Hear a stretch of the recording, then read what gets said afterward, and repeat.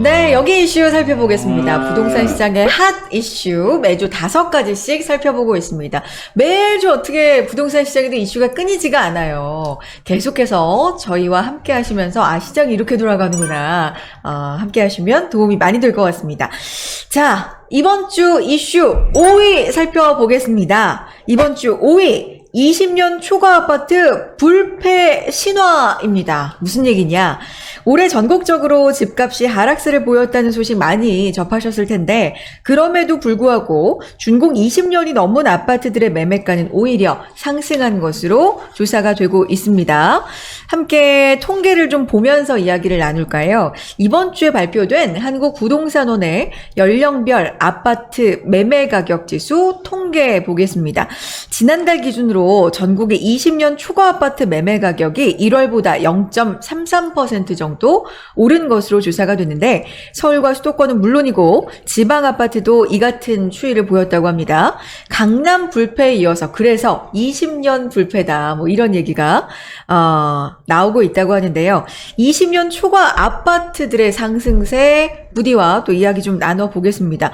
근데 부디 저는 20년 초과 아파트, 그러니까 부동산도 오래 우리가 얘기하다 보면 입에 배는 그 용어들이 있잖아요. 그렇죠? 근데 20년 초과 아파트? 이거는 조금 전 처음 들어보는 거. 생소해요. 저도 그래요. 부디도 예, 그래요? 예. 오.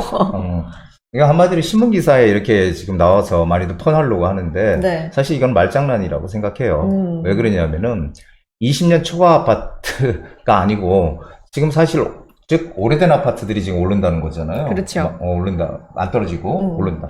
그거는 지금 최근 지난 정부에서 이 재건축 재개발 특히 묶어가지고 이 공급이 부족했던 거죠. 공급이 부족한 그런 상황으로 그리고 또 새 정부가 들어오면서 이 재건축이나 재개발에 대한 규제 완화, 특히 재건축에 대해서 규제 완화하겠다고 큰 소리를 많이 쳤는데 지금 일단은 조금 지금 눈치를 보고 조금 시기 조절, 속도 조절을 좀 하고 있거든요. 그래서 결국은 이런 오래된 재건축할 수 있는 아파트들, 30년이 돼 가거나 30년이 넘은 아파트들, 이런 아파트들이 호재가 될 것이다. 그러니까 당연히 나중에 새 아파트로 바뀔 이런 우리가 재건축 투자 가치를 보고 투자를 많은 사람들이 할 거 아니에요, 지금도. 네.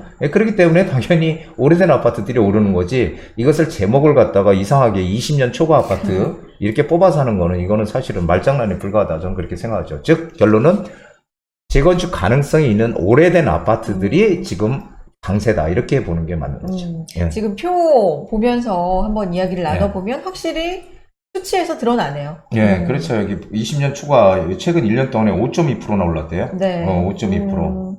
이거 가지고 지금 얘기를 하는데 20년 초과라는 게 애매하잖아요. 그렇죠. 예, 근데 대부분 오른 거는 그 재건축을 할 수 있는 기대감을 가지고 있는 아파트들 이런 것들이 많이 올랐다는 거죠. 재건축을 통해서 이제 새롭게 아파트로 변모할 가능성이 크다라는 기대 심리, 현 정부의 규제를 지금 당장은 안 풀지 모르지만 결국은 풀 것이다라는 그런 기대감 때문이 아닌가.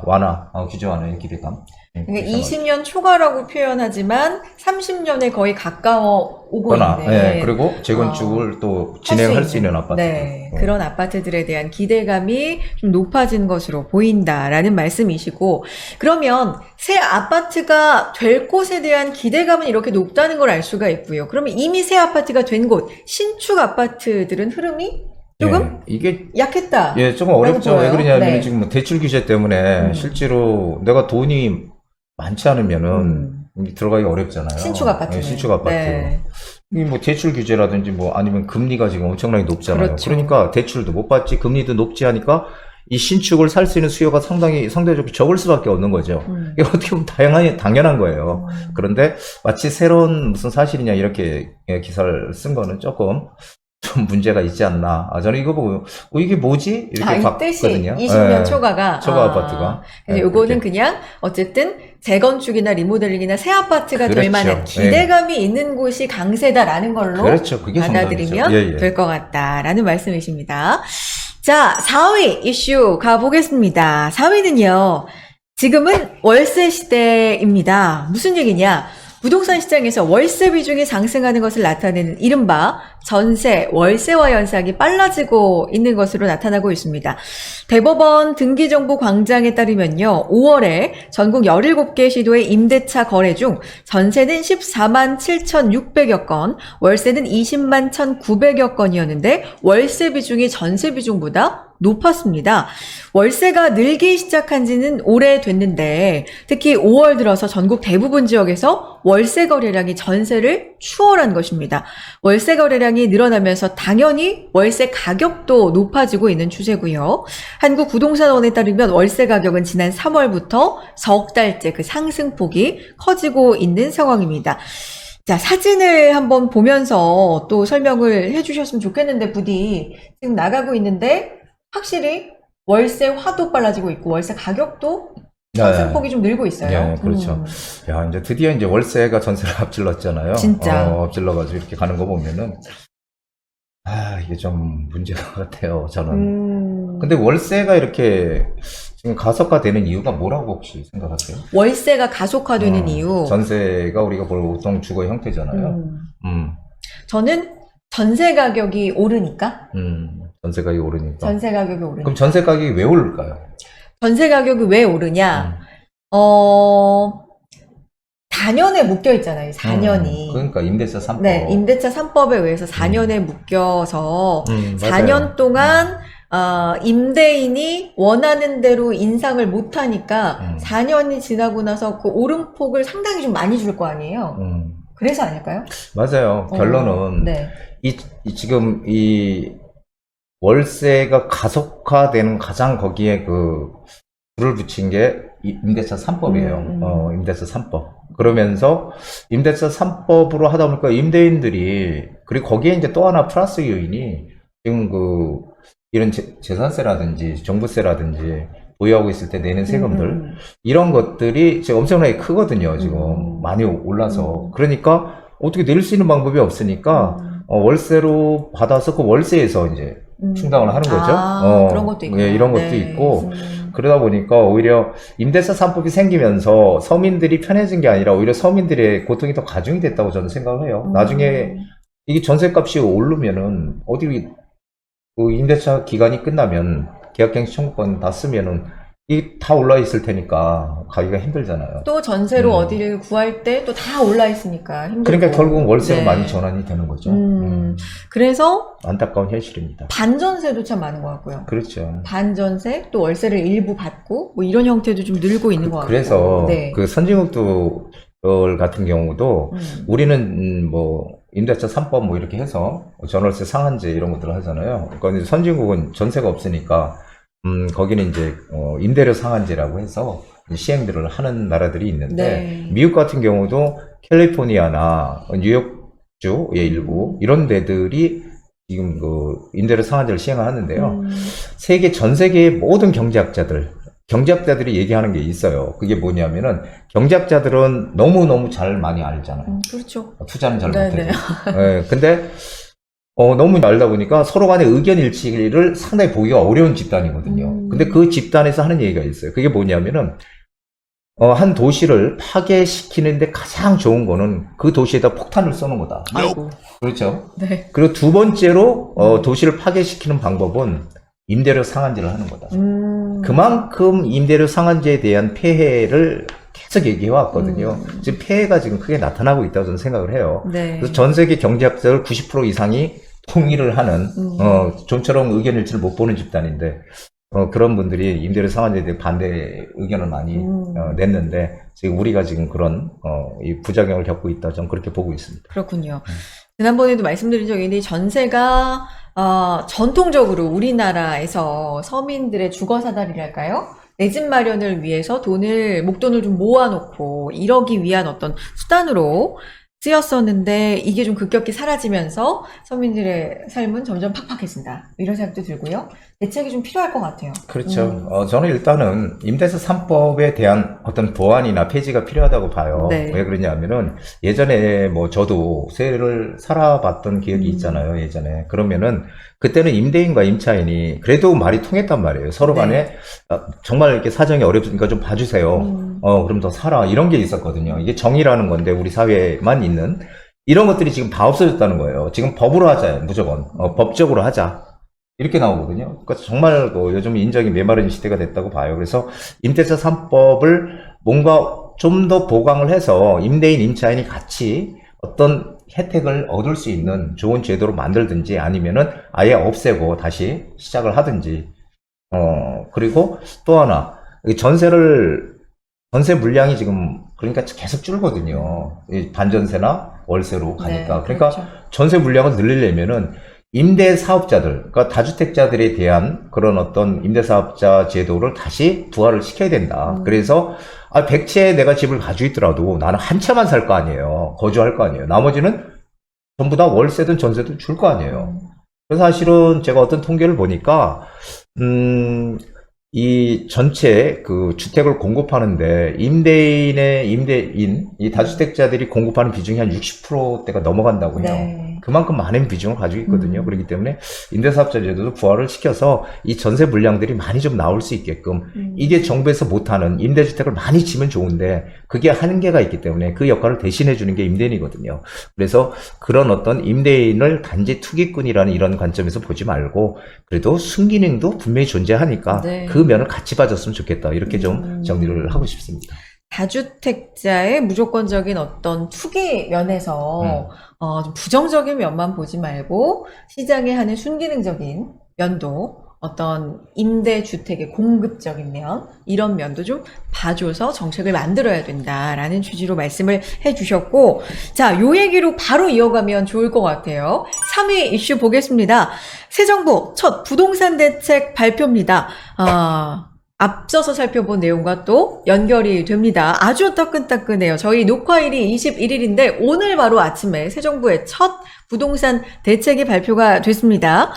첫 번째 부동산 관계장관 회의를 열었고요. 전월세 대책과 임대차 보완 대책, 분양가 상한제 개편안을 함께 발표해서 시장에 이목을 지금 집중시키고 있고요.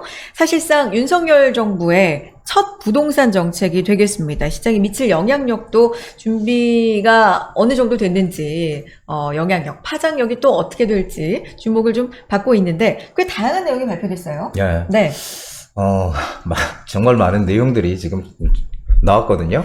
나왔는데 결론은 이제 한마디로 얘기하면 임대차 시장. 왜냐하면 8월 달이 되면은 이제 계약갱신 청구권이 끝나는 것들 시장이 새롭게 전세 물건이 나오면 가격이 엄청 올라갈 거다. 맞습니다. 전세 시장이. 그러니까 전세 시장의 불안에 대해서 지금 상당히 정부에서 우려를 하고 있는 것 같아요. 네. 저도 이제 같은 생각이지만. 네. 그래서 임대차 시장 안정 방안이 가장 핵심이다. 이렇게 저는 지금 보고 있습니다.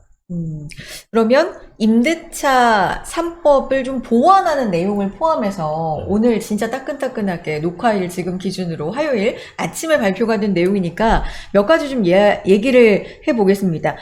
임대차 3법에 대해서 뭔가 보완한 내용이 있었고 앞으로 8월에 전세 가격이 굉장히 많이 오를 거다. 이런 것에 대해서 좀 우려를 한 그런 마음도 좀 엿보이는 것 같고요. 좀 짚어볼까요? 예, 일단 그 가장 큰 골자는 상당히 좀 바람직하다고 보거든요. 네, 왜 그러냐면은 제가 예전에도 계속 얘기를 드렸던 건데 임차인에 대한 어떤 그 세입자에 대한 보호 대책은 있었지만 임대인에 대해서 너무 그런 게 없었다. 그러다 보니까 임대인이 뭔가 손실을 보는 내가 들어가서 뭔가 거주를 해야지 2년 거주해야지 팔 수가 있는데 그 임대차 때문에 들어 살지도 못하고 상당히 임대인들한테 불리한 그런 조건이었거든요. 그렇기 때문에 임대인들한테는 뭔가 당근을 줘야 된다 이런 얘기를 많이 드렸는데 이제 네. 당근이 나온 거예요.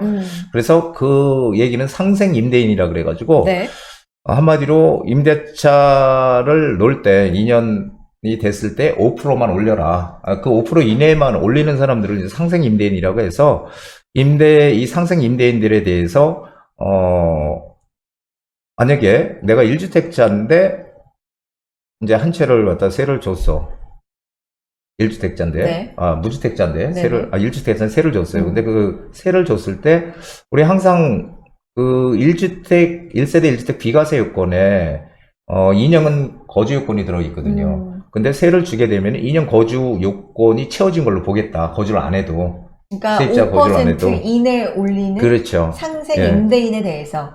네. 그래서 본래는 예전에는 임대 개시 시점에 기준 시가 9억 이하 1세대 1주택자만 이 상생 임대인으로 해서 이제 보호를 해줬는데 혜택을 줬어요. 근데 지금은 이 다주택자도 혜택을 주겠다는 거예요.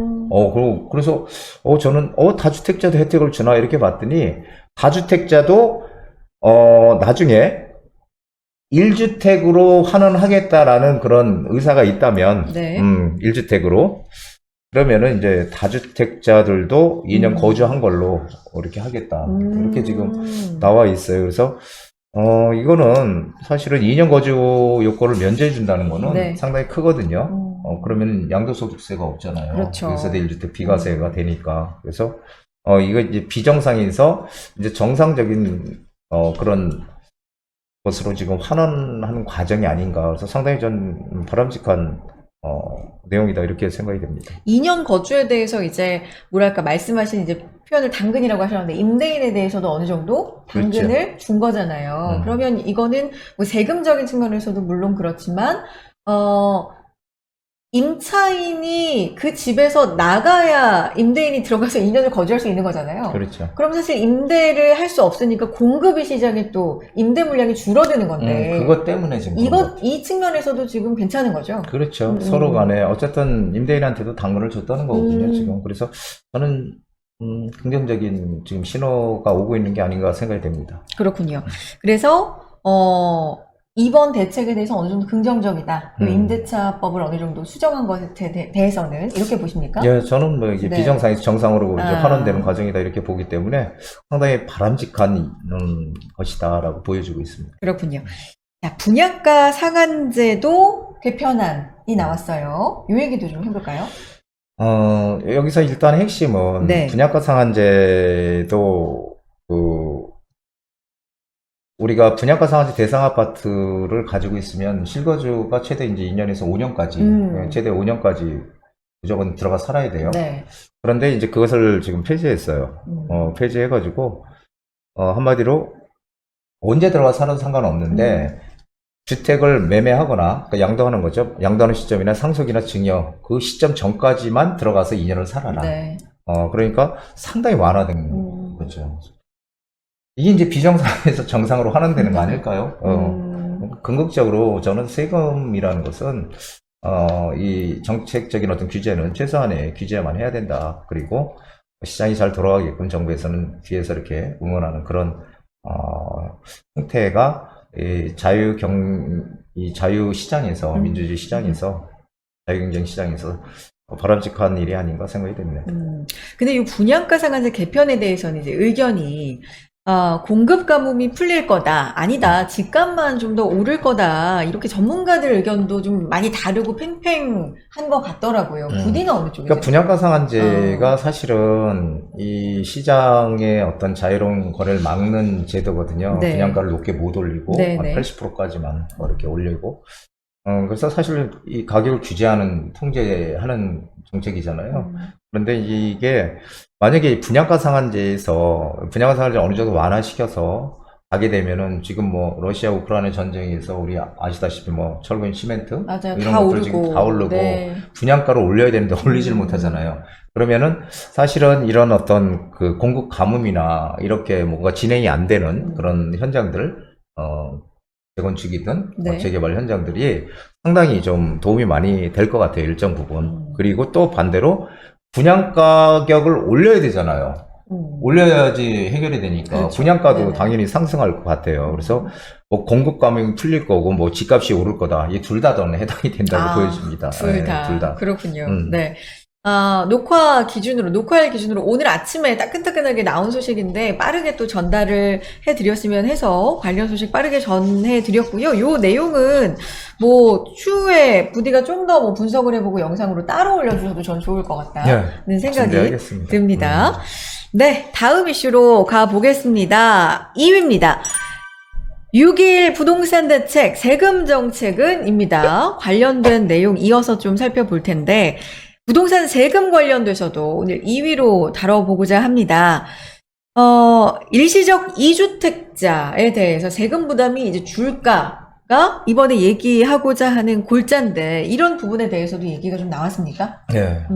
일시적 2주택자 같은 경우에 네. 우리가 이제 1주택이 있었는데 이사나 뭐 이런 것 등으로 인해서 신규 주택을 취득하게 되면은 기존 주택을 2년 이내에 매도를 그렇죠. 해야 되거든요. 네. 종전 주택을 양도해야 되는데, 이 상생 임대인인 경우가 이 상생 임대인이 지금 하던 것 같아요. 네. 그러면은 2년 거주요금을 면제해 주겠다. 2024년까지. 네. 2년 거주 안 해도 일시적 2주택자로서 안 보겠다. 2주택자로 안 보겠다는 거예요. 이 상생 임대인도. 그래서 네.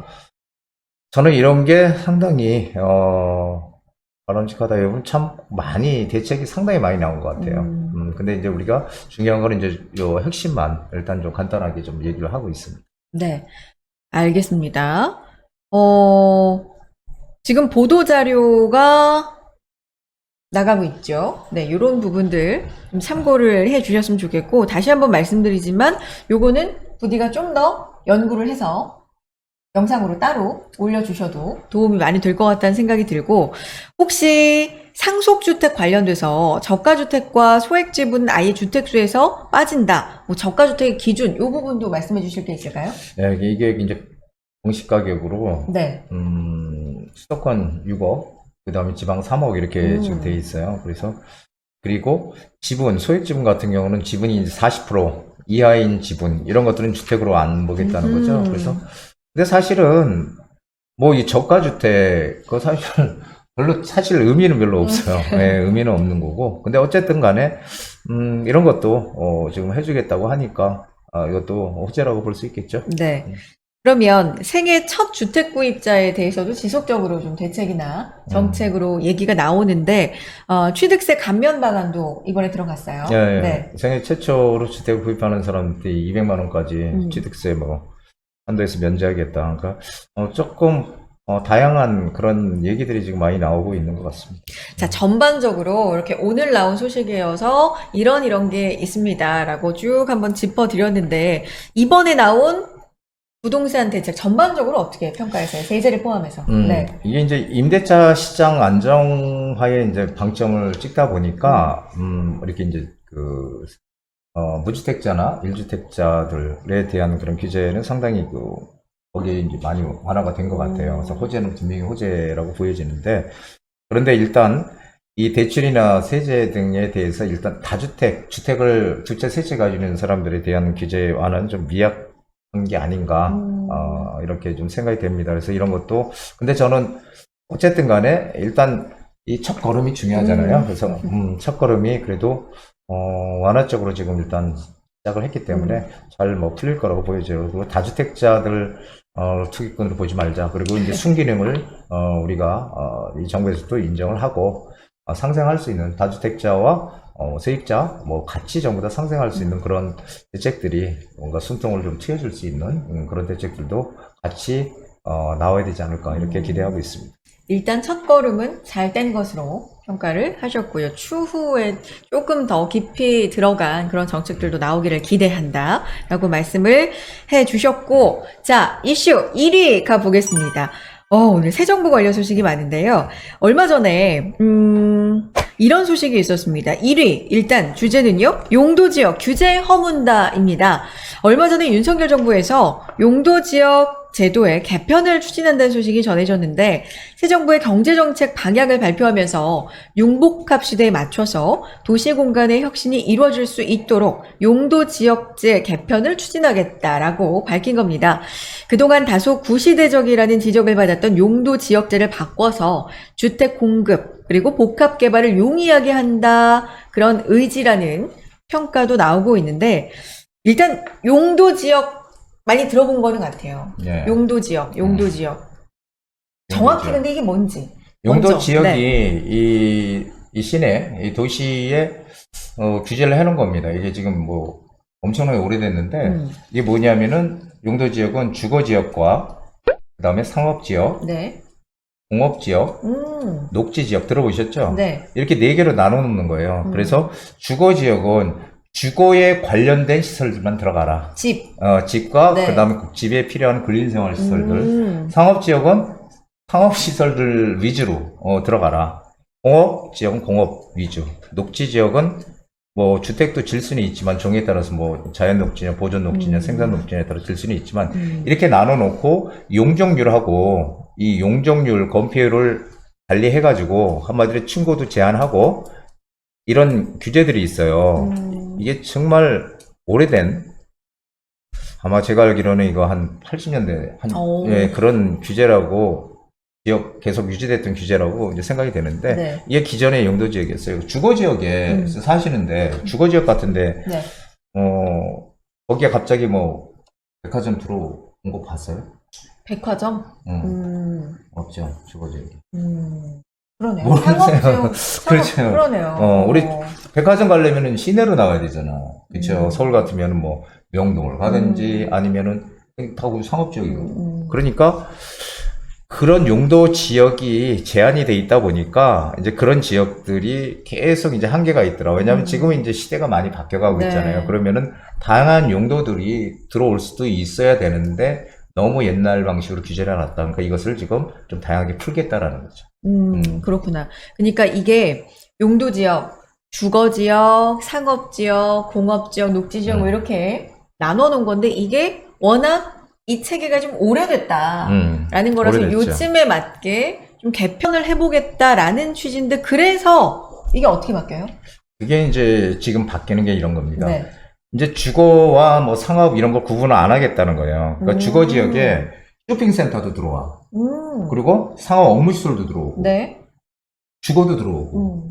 이렇게 되면은 우리가 멀리 갈 필요 없잖아요. 거기서 그렇죠. 다 내가 할 수 있는 거 다 할 수 있죠. 오히려 더 좋을 수도 있고. 그러면은 네. 용적률의 개념을 뛰어넘는 초고층 그런 건물들도 들어올 수 있고. 네. 좀 자유로운 발상이라고 얘기할 수 있겠죠. 그게 그래서 정말 이거는 획기적이다. 그리고 또 이제 그 화이트 조닝이라 그래서 한마디로 용도 지역을 지정을 안 하는 거예요. 아예 안 해. 네. 예, 그래서 화이트 조닝 들어보셨어요? 아니요? 그러면은 안 거기는 들어보셨죠? 뭐든 될 수 있어요? 그러면은 이제 가령 민간 개발 사업자가 네. 들어와서 자기가 어떤 용도로 그걸 만들 수 있게끔. 획기적인 건데 이게 바로 어디냐면은 대표적인 사례가 싱가포르예요. 싱가포르 가면은 마리나 베이 샌즈라고 네, 그 호텔. 네. 우린 대부분 그 호텔을 많이 생각을 해요. 그렇죠. 근데 거기가 이제 노후된 항만 배후 주거지를 주거, 업무, 그다음에 뭐 상업시설들, 관광 복합단지로 만들어서 아주 어마어마한 성공을 거둔 네. 거거든요. 우리도 이렇게 있다는 거죠. 그러니까. 상당히 바람직한, 저는 이거 아주 획기적이다 이렇게 생각합니다. 그렇군요. 그래서 용도 지역제가 이렇게 개편이 된다, 그게 추진된다라는 이야기가 지금 나오고 있는 거고, 이것도 궁금합니다. 우리가 뭐, 주거지역, 상업지역, 뭐 공업지역 이렇게 말씀해 주셨는데, 이게 이런 것도 있잖아요. 숫자로 2종이네, 3종이네, 1종이네 뭐 이런 게 있잖아요. 이런 건 또 뭐죠? 그러니까 주거지역도 복잡해요. 네, 사실 네. 우리는 주거지역이 일반 주거지역이 있고 전용 주거지역이 있고 준주거지역이라는 게 있어요.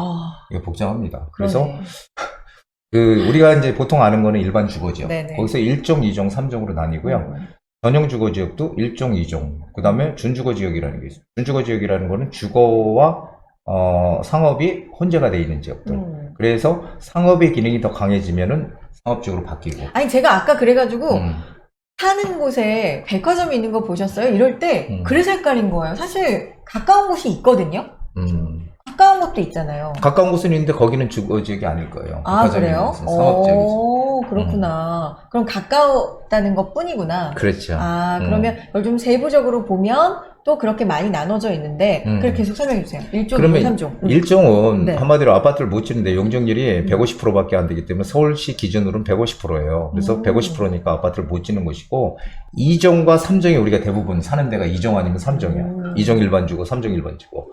그래서 2종이 좋을까요? 3종이 좋을까요? 하면 2종은 용적률이 지금 현재 200%고요. 3종은 250%로 적용을 하거든요. 서울시에서. 그럼 용적률이 높은 게 좋죠. 그래서 종상향을 요구하고 이런 얘기가 많이 들리는군요. 예, 맞습니다. 그 용적률 50% 차이가 어마어마한 거거든요. 네. 그게. 왜냐면 땅덩어리가 넓기 때문에. 근데 가끔씩 보면은, 2종이 더 좋다. 3종이 이 건축 안에 좀 불리하다. 이렇게 얘기하는 분들이 가끔 있어요. 근데 그거는 우리가 이제 그 빌라나 뭐 이런 걸 질 때 땅이 뭐 한 60평 이렇게 됐을 때는 단점이, 3종의 단점이 건폐율이 50%예요. 2종은 60%인데. 그러면은 이 건폐율은 이렇게 생각하시면 되거든요. 바닥에 얼마만큼 건물을 앉힐 수 있냐거든요. 그러면 전체에서 50%밖에 3종은 바닥에 못 앉혀. 2종은 60% 앉힐 수 있는데. 그러면 이렇게 생각하면 돼요. 2종은 조금 더 넓게, 근데 낮게. 3종은 조금 더 좁게, 좁으면서 높이. 높게. 그러니까 이렇게 면적이 좁을 때는 2종이 유리할 수가 있죠. 그렇죠. 당연히. 왜냐면 넓게 못 지니까. 근데 땅을 많이 차지를 못하니까 50%밖에 못 차지하니까 2종은 60%인데. 근데 이제 이게 만약에 면적이 10,000평이야. 그러면 요즘은 건폐율을 낮춰가지고 쾌적한 공간을 만들고 하는데 땅을 많이 차지하는 게 뭔 의미가 있어? 높이 올라가는 게 유리하지. 그래서 그거는 일반적으로 아파트 단지나 뭐 재개발 재건축할 때는 당연히 용적률이 높은 게 좋은 거죠. 그렇군요. 그래요. 그러면 알았습니다. 이제 용도 지역제에 대해서도 알았고 1종, 2종, 3종에 대해서도 알았는데 그러면 이제 도시공간의 혁신이 이루어질 수 있도록 이 용도지역제 개편을 추진하겠다라는 게 방향으로 나온 거잖아요. 그럼 요거를 우리 투자자분들 입장에서는 어떤 식으로 현명하게 받아들이면 좋을까요? 그러면은 네. 이제 이런 지역이 이렇게 있잖아요. 네. 그러면은 여기에 이제 뭐 주거도 들어오고 상업시설도 들어오고 그 다음에 뭐 업무시설까지 들어와요. 네. 업무시설까지 이렇게 들어오잖아요. 들어오게 되면은 그럼 여기에 모든 행동을 우리가 여기서 다 할 수 있잖아요. 행위를. 이렇게 그렇죠. 만약에. 그러면 뭐가 필요할까요? 교통이 좋아야 되잖아요. 그러면 결국은 이 바운다리 내에 어딘가 지하철이 있어야 된다는 거예요. 지하철이. 그래서 이런 개발을 하기 위해서는 교통이 필요하기 때문에 반드시 지하철을 끼고 있어야 된다는 거죠. 그래서 뭐가 중요하다? 역세권. 네, 부디는 역세권이. 기승전 역세권. 네, 그게 아니고, 실제로 역세권의 중요성이 그러면 엄청나게 실제로, 커진다는 거예요. 네네. 그러니까 역세권은 원래도 부디가 강조했고 중요했지만 이런 흐름을 보면 더 중요해질 거다. 네, 역세권의 중요성이 이제는 정말 더 커질 것이다. 어마어마하게 커질 것이다. 무조건 역으로만 이제. 역근초로만. 역. 역. 자, 오늘 이렇게 5가지 이슈 쭉 살펴봤는데, 부동산 시장에 뭔가 변화가 일고 있는 건 좀 분명해 보여요. 시작이긴 하지만. 그렇죠. 지금 많이 변화가 일고. 네.